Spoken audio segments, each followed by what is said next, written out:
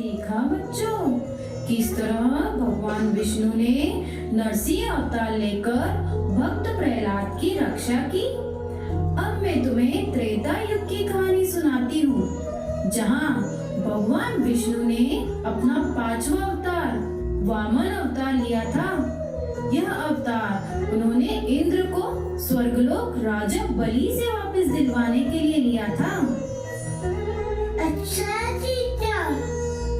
बच्चों देखो, वह है राजा बलि। वो भक्त प्रहलाद के पौत्र हैं। वह बहुत ही प्रतापी राजा थे। उन्होंने अपने तपोबल से तीनों लोगों का राज प्राप्त किया था। वह दैत्य अवश्य थे, पर दयालु और दानी थे। अच्छा टीचर, राजा बलि इतने महान थे, तो फिर उनके कारण भगवान को अवतार लेने की आवश्यकता क्यों पड़ी?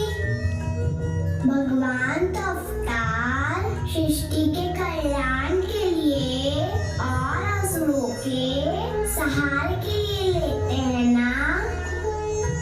चलो बच्चों, हम यह नाटिका के माध्यम से देखते हैं कि भगवान को वामन अवतार लेने की आवश्यकता क्यों पड़ी थी।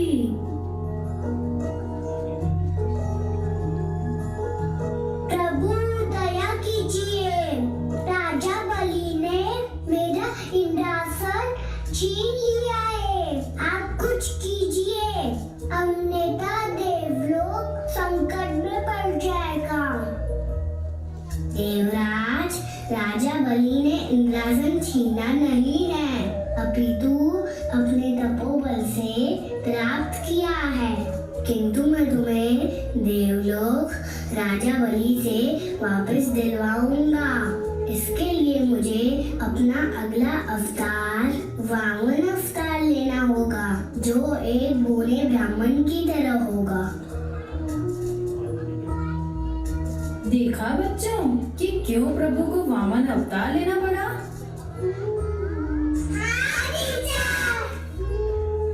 बाबा ने राजा बलि और वामन देव की कहानी सुनाइए ना। बच्चों, वह देखो, भगवान वामन देव के रूप में आते हैं तथा भिक्षा हेतु राजा बलि के महल में जाते हैं।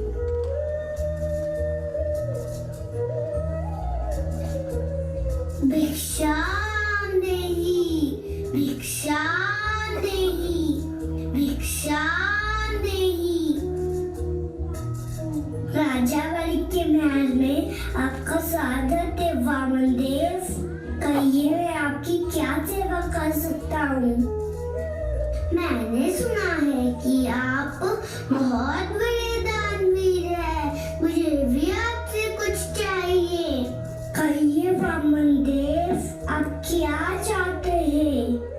पहले आप वचन दीजिए, आप मेरी मांग को अस्वीकार नहीं करेंगे। मैं वचन देता हूँ। हे राजन, मुझे 3 पग भूमि चाहिए। सिर्फ 3 पग भूमि? हाँ राजन, 3 पग भूमि उचित है।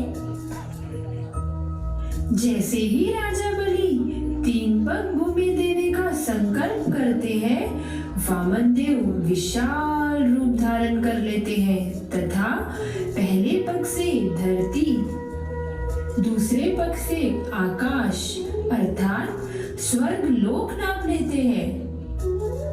हे राजन, अब मैं अपना तीसरा पग कहाँ रखूं?